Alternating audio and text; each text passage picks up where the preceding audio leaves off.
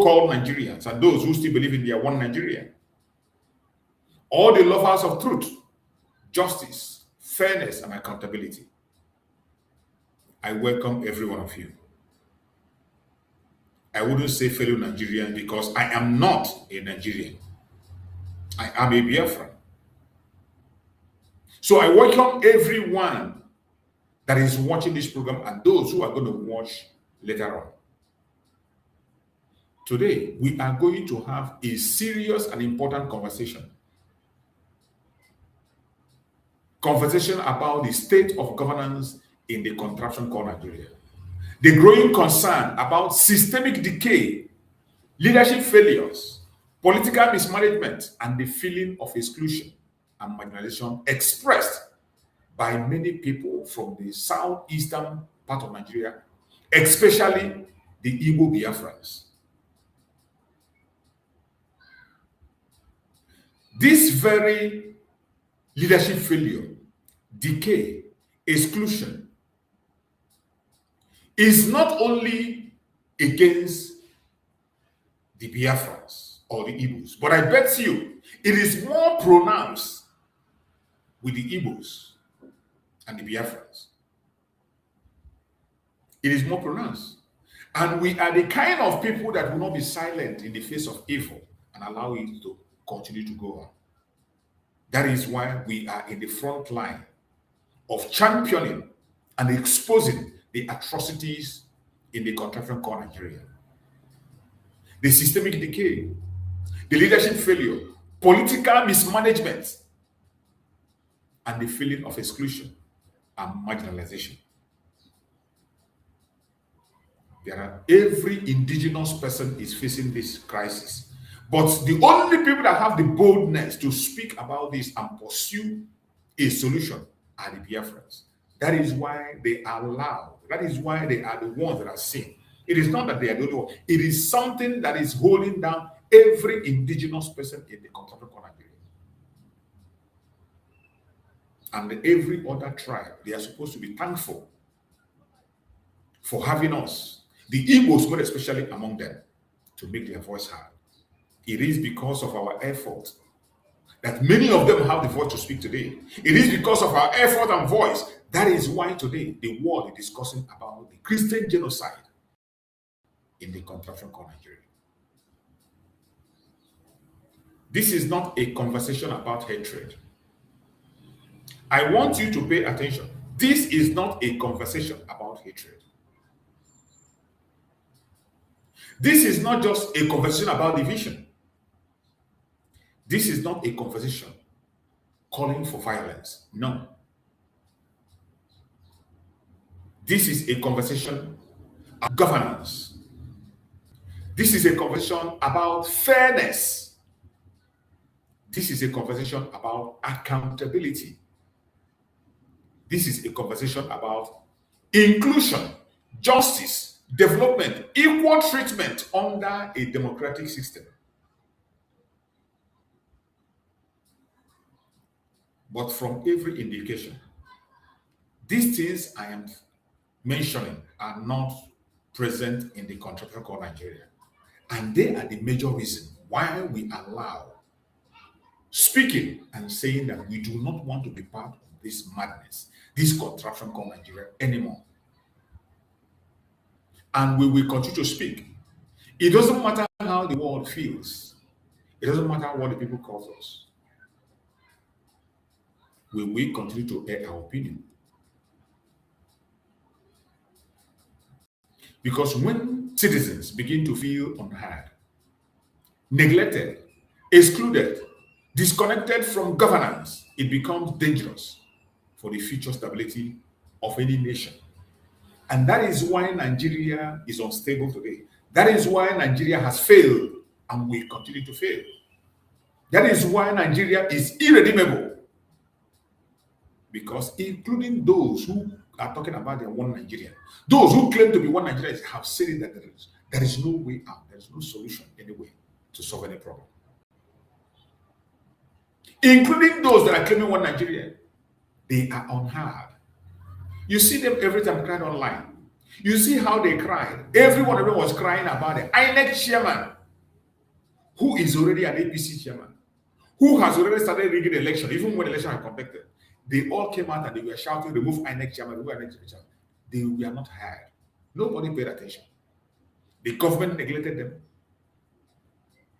They were excluded from the decision and whatever had to do with that INEC issue. And from every angle, you see that the government is disconnected. People are disconnected from what is happening in Nigeria. I am now talking about the people who claim that they are one Nigerian. Completely disconnected. Every day you go online, you see them crying and shouting. You see them complaining and bickering and complaining and reading epistles. Does that change the situation? It doesn't change the situation. It makes it worse. Remember, at a point in time, the late Muhammad Buhari said that they know the system of Nigeria. That the citizens will only complain. After they complain, in 2 or 3 days, they go back to their normal business and they get used to what is happening. And the leaders have come to understand that the way to manage the zoological republic and its failed citizens is to ignore them. You ignore them and do whatever you want to do, and within 2 days or 3 days complaint, they go along and continue to accept idiocy. The only people that don't accept that nonsense are the Biafrans. That is why the government is out against us in all angles, in all corners.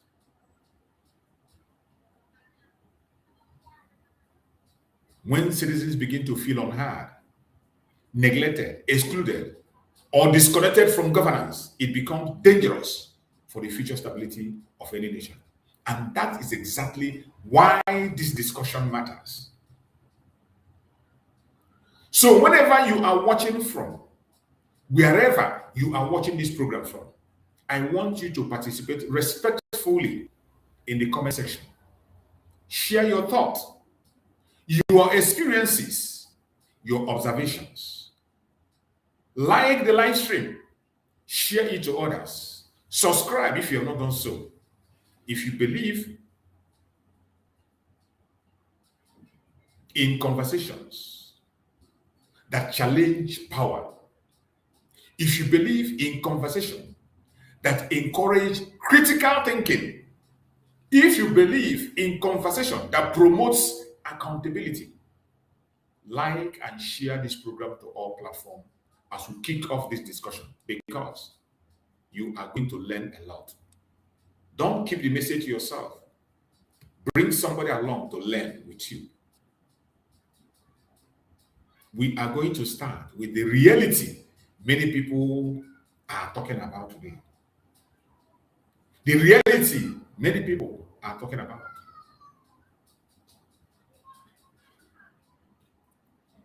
Lovers of freedom across the world, men and women who are watching this program, one of the biggest problems facing Nigeria today is not just poverty. One of the biggest problems facing the contraption called Nigeria today is not just poverty. It is not just unemployment. It is not just insecurity. One of the deepest problems facing the contraption called Nigeria today is the crisis of trust between government and many citizens. When we talk about this trust between government and, let me tell you, including these people that come and preach to you about one Nigeria, they don't trust the Nigeria itself. That is why sometimes I tell that there is no single human being that is a Nigerian. There is no person that is a Nigerian, including those who are coming to talk about one Nigeria. When you talk about separation, they will cry and cry and cry their eyes out. They don't identify as Nigerians. They don't defend Nigerians. They are not ready to die for Nigeria. The Fulani themselves have said it that they are just Fulanis. A governor from the north said it on national TV that Fulanis are just Fulanis. That any place they are in West Africa, they identify themselves as Fulanis, not as Nigerians. That is why when you see the takeover of Nigeria that they are working, when you see the criminal Islamization of Nigeria that are trying to take over Nigeria, the way they are going about it, they don't have pity on any individual that is indigenous. It is not about Nigeria. It is about their own agenda that was put in place by Ottoman Dafodio. And until you understand that, until you put your head down and understand, you will continue to wallow in confusion. The deepest problem facing Nigeria today is the crisis of trust between government and many citizens across different regions of the country. Many people increasingly feel disconnected. It is not just the Biafran people, it is not just the Igbos. Many people feel disconnected. The difference is that most of them do not have the balls to do what we are doing. That is the difference. The difference is that some of them, they don't have the balls to face the government the way we are doing. And so they manage what they have and pretend all is well. Across different regions of the country, many people increasingly feel disconnected from the political system. But in the Southeast especially, many citizens openly express feelings of political exclusion, economic neglect, and underrepresentation. Only in the Southeast region, that is the only place that people have that boldness to express their feelings of political expression, to express their feelings of economic neglect, to express their feelings of underrepresentation. Only in the Southeast, you have people that have that boldness to make that expression. It's not as if it is well with other regions. It's not as if other regions are having it well for themselves. But the difference is that they don't have the balls to do what we are doing. And some of them allow their envy and jealousy to cover their face. They allow their envy and jealousy to becloud their reasons. And they begin to do things that they are not supposed to do. They begin to think in the way they are not supposed to think. But we, the Biafrans, we know what we are facing, and we are not stopping. And whether some people agree with this concern or not, the reality is that millions of Nigerians genuinely feel frustrated from the direction of governance in the contraption called Nigeria. Millions of people are frustrated. Go to their platform, go to their conventional media today, you see how they are complaining and crying, including those that claim to be activists. It is from one complaint to the other without a solution. Police brutality has increased. Instead of you were here when people were talking about a man that was shot, an innocent guy who was shot without allowing him to express himself. They just killed another person again. Few days ago, another person was shot. So this is to tell you that there is no amount of complaint, no amount of cry that will change the status quo. Police force was given to the zoo to manipulate the citizens, to control. Nigeria was created to control, it was not to build security. It was not to secure you. It was not to make you to strive. It was to control you and take away your power, then extort your resources. And that is the role Nigeria will continue to play. Sadly enough, they are using the same people in that very location to carry out those missions. Many people are frustrated with the direction of governance in the contraption called Nigeria.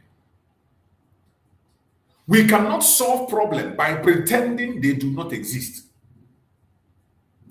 That is one thing everybody should understand. You cannot solve any problem by pretending they don't exist. Like you see in many people, Many idiots in that contraption, including those that claim to be activists, after complaining and crying, they continue to pretend they can work something out. You see the one that call himself Peter Obi, going from pillar to pole, pretending that only him is the giant to redeem Nigeria. Oh, Messiah, Jesus. You want to redeem Nigeria? Even when he knows that it is absolutely impossible.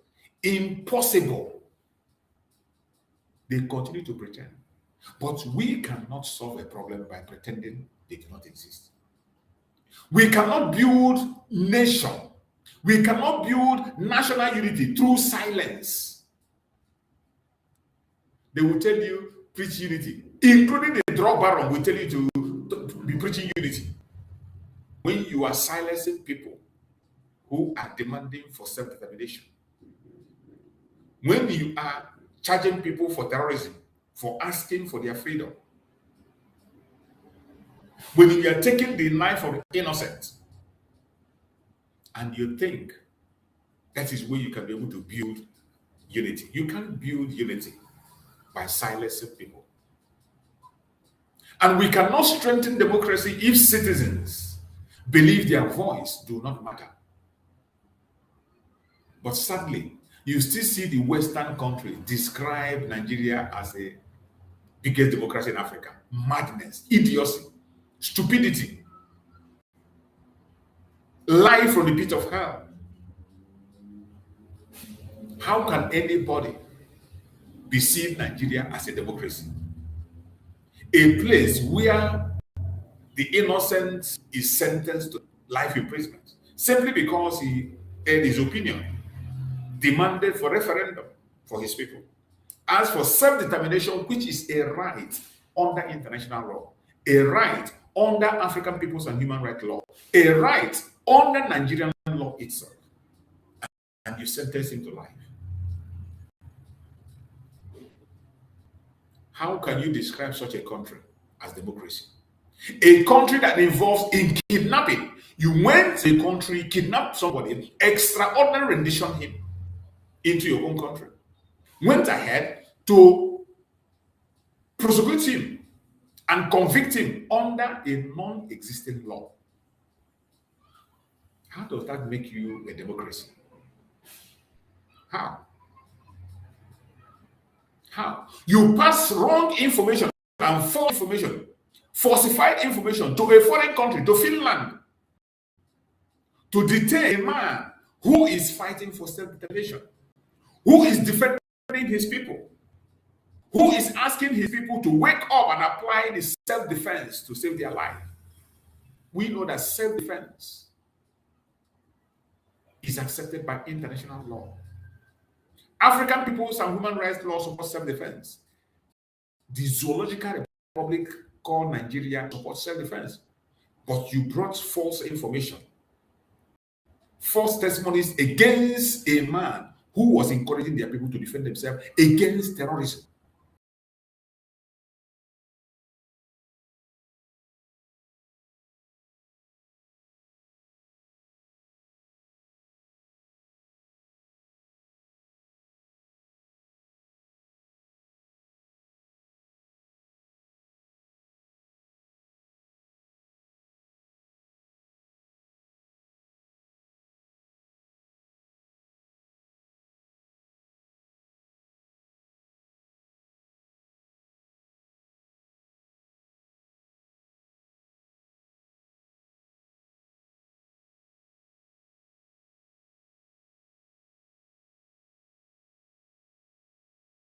Where they are.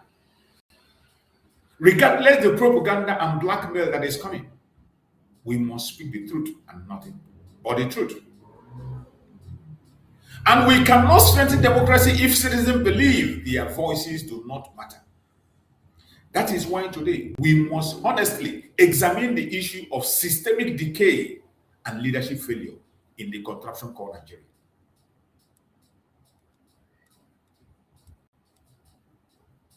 What is systemic decay? When we talk about the systemic decay in the contraption called Nigeria, what does it mean? When we talk about systemic decay, we are talking about The gradual breakdown of institution, accountability, trust, infrastructure, and governance structures. That is what we mean by systemic decay. When we are talking about systemic decay, we are talking about the global breakdown, the gradual breakdown of institution, accountability, trust, infrastructure, and governance structures. And I go further to explain. Systemic decay happens when corruption becomes normalized. As you have in Nigeria today, corruption has been normalized in Nigeria. Corruption has been officially normalized in Nigeria. You ask me why. Why wouldn't it be normalized when you have a drug baron as your president? Why wouldn't you even normalize when you have a president that you don't know his age, neither do you know the school where he attended? Why wouldn't it be normalized? Corruption has become normalized in Nigeria. Systemic decay happens when merit is replaced with favoritism. Merit doesn't work in Nigeria anymore. There is nothing called merit in Nigeria. That is why Nigeria will select their officials, appointments, and you will not see anybody from the Southeast. That is why people will be appointed in a position. There will not be anybody from the Southeast included. The reason is because merit have replaced favoritism. And that is called systemic decay. Systemic decay happens when public institutions stop serving the peoples effectively. This is what is happening in Nigeria as we speak. Public institutions don't serve the people. Are you talking about the hospital? Are you talking about the infrastructures? Are you talking about their police, or you are talking about the army or whatever? The evidence are everywhere. You can check for yourself. Every public institution, they have stopped serving the people effectively. Citizens lose confidence in leadership. This one is that even if you are not from the contraption called Nigeria, when you go online and you see the way Nigerians report their government and their actions, I'm not talking about those who are Biafrans, so you wouldn't say that because it is Biafra. That's why. Go and listen to those, even those that call themselves one Nigeria. Go and listen to what they say about their so-called one Nigeria. Our own case is different because we have made up our choice. We made up our mind. We have taken our part, and that we are moving, and there is no going back. We are out already from the zoo. Spiritually, mentally, and physically, we are out from the zoo. I'm talking about the people who are still attaching themselves to that contraption. They have lost confidence in it, but they don't have the boldness to do what we are doing. That is the difference. So that loss of confidence is called systemic decay. It confirms the systemic decay. Infrastructure collapse. Every single infrastructure in Nigeria has collapsed. They have all collapsed. In a country in 21st century, a rich country like Nigeria, people are still campaigning with light, campaigning with road. People are still building boreholes. Is it not a shame? Is it not a big shame? Security deteriorates. This one is not, doesn't need explanation. Insecurity is the order of the day in Nigeria. Nobody is secure. Not even those idiots that claim to be politicians. Nobody is secure. Nobody is secure. From local government to state government to the federal capital. Nowhere is safe. Kidnapping is happening, even in Abuja. Remember, even during the time of Buhari, there was a report that something criminal entered into Asarok. During the time of Buhari, there was a report that the criminal went into Asarok and stole something. That is how bad it is. Security today, There are Boko Harams in the House of Assembly. There are Boko Haram in the Senate. There is Boko Haram in Asarok. There are Boko Haram everywhere. In fact, they are the one making the laws and directing how things to go. Systemic decay. Unemployment rising. Are you talking about unemployment? The only thing that is saving the citizens today is that many people from that contraction are very industrious. On their own, individually, people that are trapped in that Nigeria, the indigenous people trapped, they are very industrious. That's the only way they're surviving. Many of them are self-employed. Many of them are self-employed and they're doing better for themselves. Those who are being employed by the government are not being paid. Every day, go online, you see protests of non-paid salaries. They are not being paid. Poverty increases. Poverty have increased to the highest level in the contemporary Nigeria. It is no longer something. It is not something to. It doesn't. You don't need somebody to explain to you the poverty in Nigeria. If you are a Nigerian and you're living abroad, you should smell it. You know it. You hear it every day. Even if you're not a Nigerian, put your ears on the ground. You see. The political leaders focus more on power struggle than national development. That is what we call systemic decay. Many Nigerians today feel that the country is experiencing exactly this kind of decay. Everything I explained today, everything I mentioned here, whether you are part of Biafra struggle or you are not, these things I mentioned here, you are aware of it. You are complaining of it in one way or the other. But the difference between us and you is that you don't want to pursue the solution, but we are pursuing the solution. Corruption has become the normalized in Nigeria. Merit is replaced with favoritism. Public institutions stop serving the people effectively. Infrastructure collapses. Security deteriorates. Unemployment rises. Poverty increases. The political leaders focus more on power struggle than national development. That is what we see today.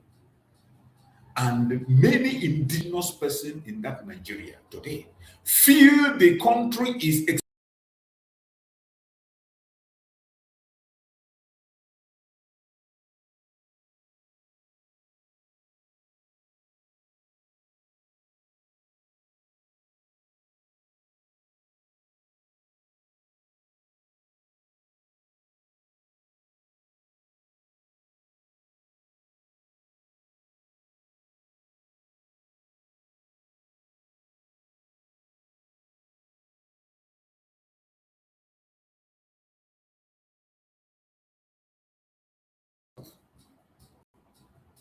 you are deceiving yourself.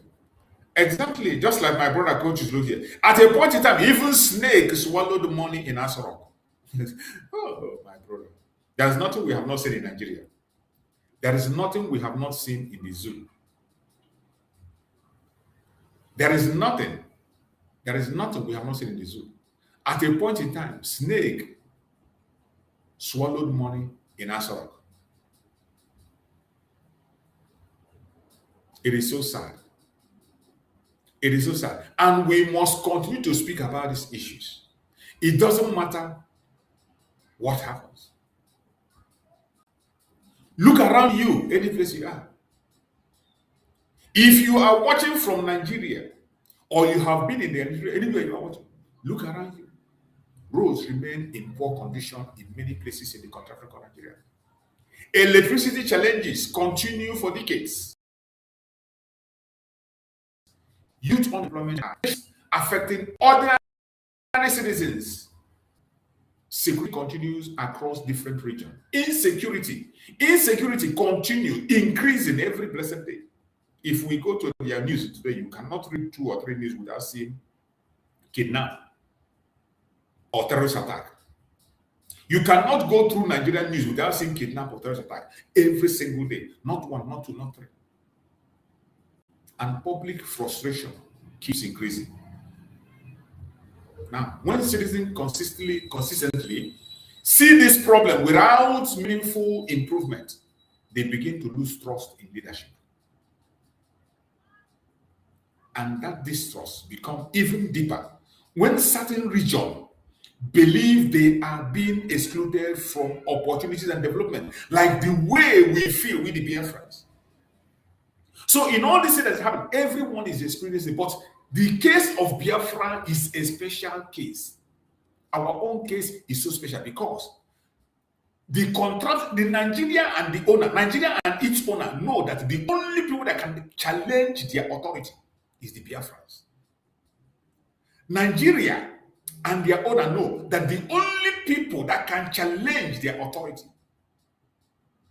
is you and I, the Biafra people.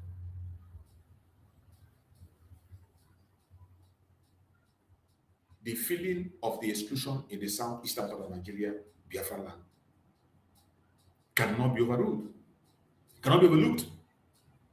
Now, let us talk especially about the Southeast and the concern many Igbo Biafrans continue to raise. The southeastern part of Nigeria, more especially the Igbo part.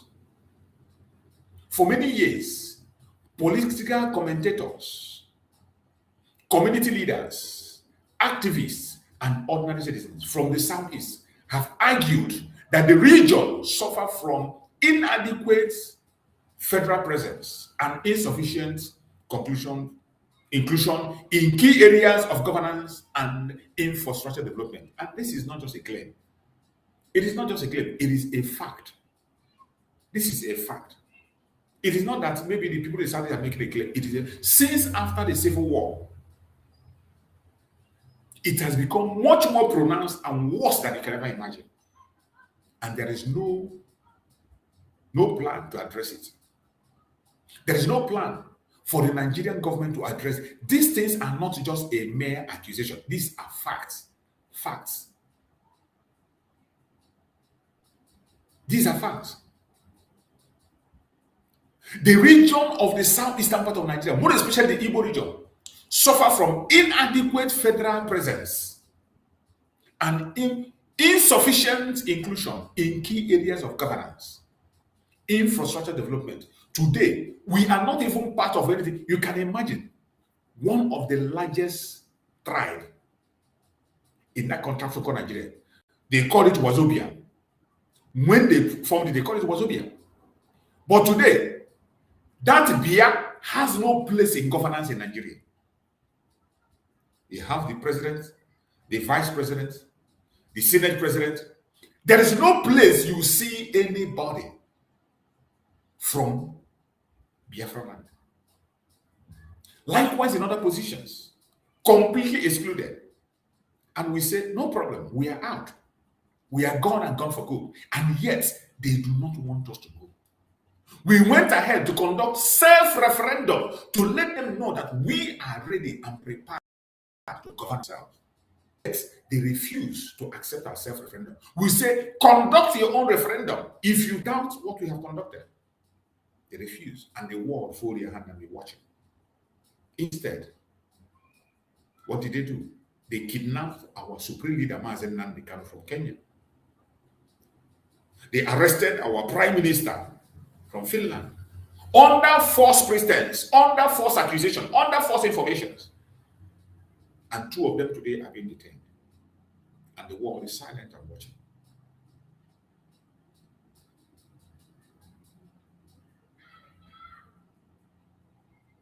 Some of the concern often raised that we always talk about. Some of the concern that we are talking about on a daily basis that is making them to attack us, to go after our leaders, is poor road infrastructure, limited federal projects compared to other regions, perceived underrepresentation in security and political appointments, economic neglect, limited industrial investment, insecurity challenges affecting businesses and daily life. These are what Mazen Nandekano and Mazen Samaneko was complaining of on a daily basis. They didn't just wake up and begin to talk about division. They didn't just